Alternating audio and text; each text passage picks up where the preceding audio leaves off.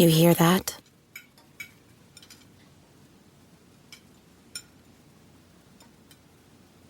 That's the awkward silence of a family dinner after you just got caught vaping. Most vapes contain high levels of nicotine and disappointment. Brought to you by The Real Cost and the FDA.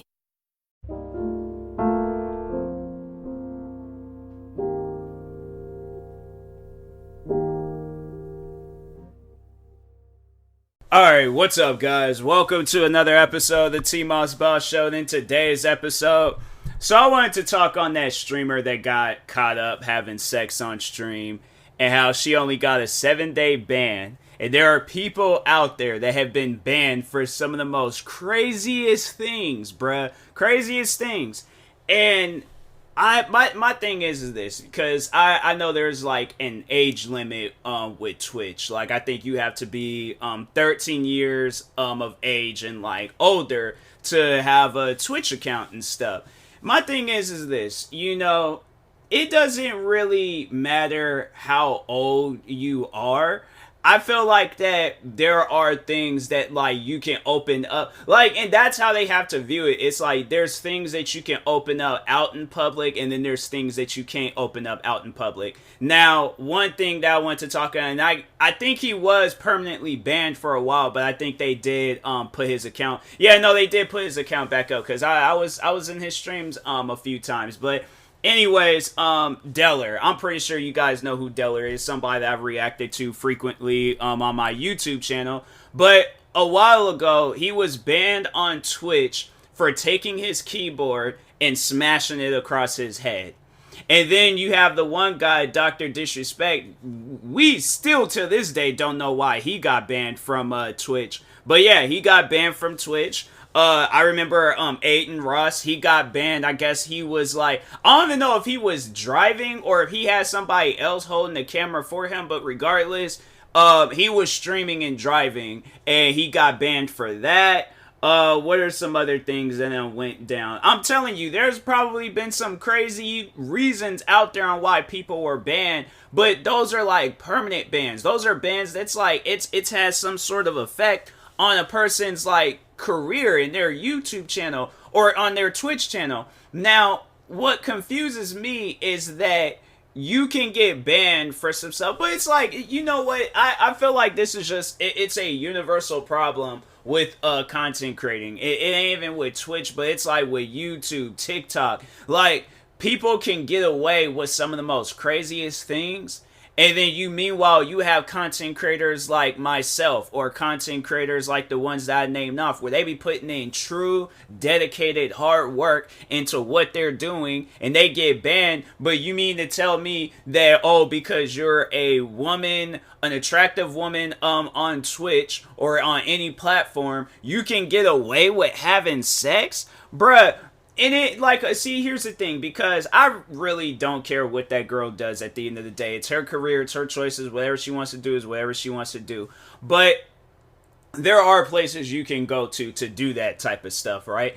Now, like, overall, like, talking on her, because I am kind of confused on how the situation came about. Now, in her words, she claimed that she was drunk and that she didn't realize what she was doing. And I think she did say she hurry up and end the stream and things or whatever. But my thing is this, you know, I have been drunk before. I'll never forget when the first time I actually got to experience being drunk. I've even been tipsy, okay? I have been half asleep.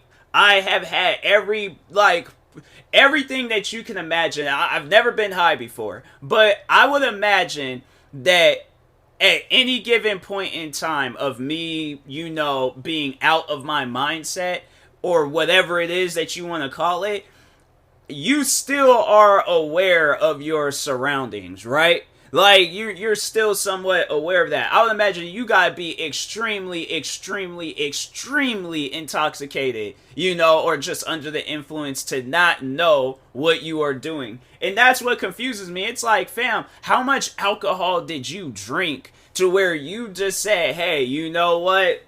It's like, whatever happens, happens. And you start doing what you did on Twitch. I'm like that confuses me because I'm like, fam, like the one time I do remember I was when I got like really drunk. I remember I had like 2 glasses of like Bombay and then this like fruity drink called Malibu, right? I had those. I remember I went home and I remember I turned on my Xbox and I just immediately just passed out on my bed. Got up, threw up all, like so not all over my house, but I threw up in some portions of the house and things. But anyways, like my thing is like I was still aware of, what was surrounding me and stuff. It ain't like I'm gonna forget, who I am or what I'm doing. Like I'm confused by that. So that's why it confuses me that you go and you do some stuff like that. I'm like, nah, bruh. Like there's no excuse for that. There's no excuse for that whatsoever. And then, at the end of the day, it's like it is Twitch's decision on whether they're gonna ban her or not. Like give her a permanent ban or a 7-day ban. But it does kind of like it is messed up though, where it's like there's streamers out there that have like they've done the bare minimum. Like Deller was probably the craziest like banning I've ever heard, where he got a permanent ban because he smashed his keyboard across his head. Like, and this is just my question to everybody. What would you rather open up? Or what would you rather get caught, like, watching? Deller smashing his head across, or smashing his keyboard across his head, or a streamer having sex on stream? Like, because if I'm, like, out in public, right? And I'm watching Deller, and he takes his keyboard and smashes it across his head, I'd imagine that it's going to probably get, like, a funny reaction from a lot of people. They're going to be looking at you all like, bro, who are you watching? What's that guy's problem? Did he just take his key? Like, that's a conversation that you can have with people, right? Then, now, switching the scenario around, you get caught out in public or wherever watching that girl in, her last stream or whatever, the stream where she was having sex on stream. How do you think that explanation, you think you'll be able to watch that out in public? Because I guarantee and I promise you there's going to be people that looking at you like you're crazy. Like you couldn't have went home and like that stuff that you got to watch in the privacy of your own home. But Deller, I feel like you can watch that anywhere. Like if it came down to it, like, if I had kids and they were watching Deller, I'm sitting there watching it with him like, so is he sponsored and that's why he does that? Like he could just go and just get him a free keyboard whenever he wants, or did he pay money for that key? Because I paid money for my keyboard. My keyboard is expensive. I think my keyboard was like well over $100. Like that would be the conversation I would want to have with my, like, if the day I have kids and stuff. But like catching them watching the other streamer, I'm like, nah, man, that's just gonna be awkward. I'm like, out of all the content that you could have watched on, I imagine that she is a good content creator, but I'm like, fam, I just feel like that's not you. Well, so here's the thing. So I did further, like, more investigating into that content creator, and it turns out she does more of the types of streams that she got caught up in. Like that's like her go-to thing. Cause I'm like, there's no way possible you're just a norm. Cause my thing is this, like I've been on Twitch for a while, right? I followed a lot of like, female streamers. Never once. That's not like just the thing that happens amongst the like female community on Twitch and stuff. No, that's a thing that you do when you're trying to get your, like your OnlyFans or, just overall that form of a career. You do those type of things when you try and get your career started and stuff. And Twitch, I guess they're open to it. I guess they're cool with that type of stuff, but me, on the other hand, I'm like, I know people probably ask me, like, if I had a platform, like, what would I do if somebody had got caught up? My thing is this, if I'm banning people for smashing their keyboard across their head, and I'm giving them permanent bans, I would have tried to, like, seek out, like, a prison sentence where, like, no, man, I just don't feel like that's fair treatment. That's one thing that does worry me about being a Twitch streamer is just the treatment on there. But I feel like, with any platform I had to say, besides podcasting and besides Twitch, every other platform, like I've had Facebook take down some of my posts for things. I've had Instagram take down my posts for some things. I've had TikTok take my stuff down. I'm pretty sure we all know YouTube has taken my videos down. And it's like to look at those times where I've gotten like in some, like, not in trouble, but like I've had my content taken down, or I can't post for a week because I reacted to a try not to laugh challenge, or I reacted to a YouTube prank. It's just me reacting. And the thing is, and I know people are going to probably ask me, like, was I drunk? Was I under the influence when I did that stuff? No, I wasn't. The crazy thing about it, the content that YouTube and TikTok has taken down off of my, like, accounts and channels and stuff is content that they have welcomed onto the platform. It's crazy to me because that's something that I've said. And I remember when, like, all this stuff was, like, happening. Like, I know Gideon, Markiplier, who were some other creators, like, they were coming out and they were talking about, the treatment that they're getting as content creators. And my thing is this: if you're not one of those people that's talking to the executives of YouTube, TikTok, and all, you're buddy with these guys, like, you cool with these guys, that'll be the only way possible you'll get a good treatment when it comes to that type of stuff. Like, they'll just be all like, oh, we're just gonna take the video down, but we're not gonna give you, like, no strikes or no guidelines. We'll just have to remove the video from YouTube and stuff, right? Or if it's a situation where, they do get a strike, all they just gotta do is just call up, like, what's the woman's name with YouTube? Susan. All they just gotta do is probably text her, call her up, and just be all like, hey, my YouTube channel got a strike for this video that I uploaded some years back. Can you guys fix that? Is everything okay? And they're like, oh, no. We know YouTube can mess up at times. We'll fix it. We'll get rid of the strike and all that stuff. You're good.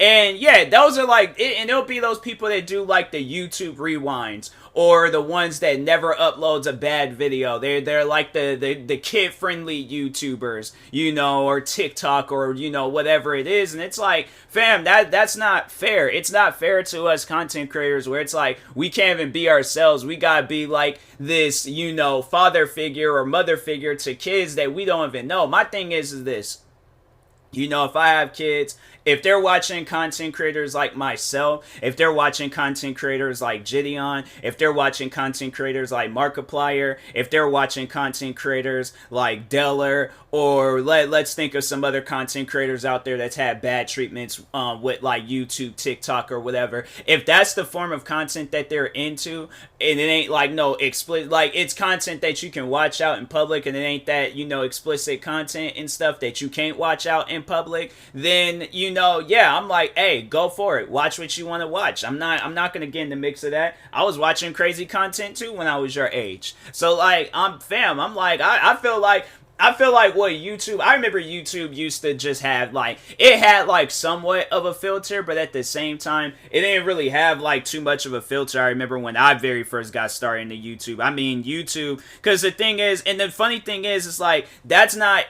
the content that I remember watching when I was a YouTuber, or when I started getting into YouTube. It wasn't even content that, like, drove me into being a YouTuber. It wasn't like, oh, I seen, like, how YouTube has such a, like, a somewhat of a filter, but it's like you still could get away with. No, it was like, it was just me wanting to be me. That's the one thing I remember YouTube always promoted, that was broadcasting yourself, being yourself, sticking true to that.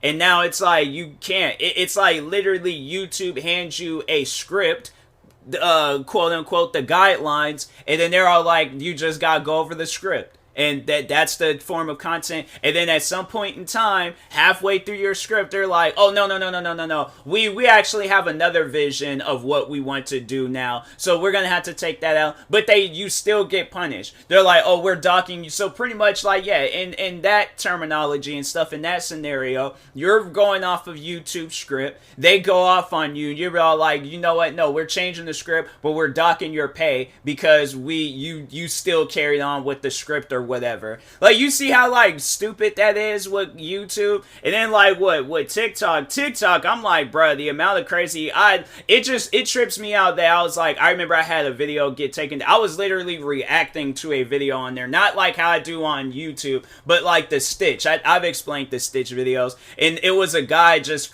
saying, like, a crazy freestyle, and they had try to permanently ban my account over me reacting to that video, but I will never forget the day, one day I had opened up TikTok, and I am like, thank God I was in the privacy of my own home. Because if you're like hanging out with, or like, oh, for like, fam, let me show you this video real quick on TikTok, right? You open up your TikTok account, and the first thing you see is a bunch of topless tribal women having a fight, and I'm like, what is this form of content? What does this have to do with anything that, like, that TikTok? My thing is this: I feel like that TikTok, we know what that app is.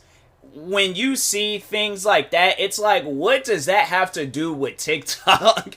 Like, who decided that they were gonna wake up bright and early in the morning and post a clip of some tribal women with no, like, with no shirts on? They just out there in some, like, grass tops, and someone was all like, nah, even the grass top is too much, and they just out there fighting. For what? What are they even fighting? No, I'm telling you, man, like TikTok, YouTube, all those different platforms, they got some stuff going on behind the scenes, and I'm like, y'all need to fix that, because that's not normal. I'm saying, like, that's just some weird stuff. But anyways, and that being said, I will talk to y'all later. Thank you guys for watching and or listening. If you're viewing this on YouTube, make sure you like and subscribe. And if you're viewing this on the podcast streaming service, make sure you follow or subscribe however it's set up. Make sure you subscribe to one of my 43 YouTube channels. Follow me on Twitter, TikTok, Twitch, and Instagram at TMossBoss. Make sure you follow my Facebook page at TMossBoss fan page. Thank you guys for watching and or listening, and peace.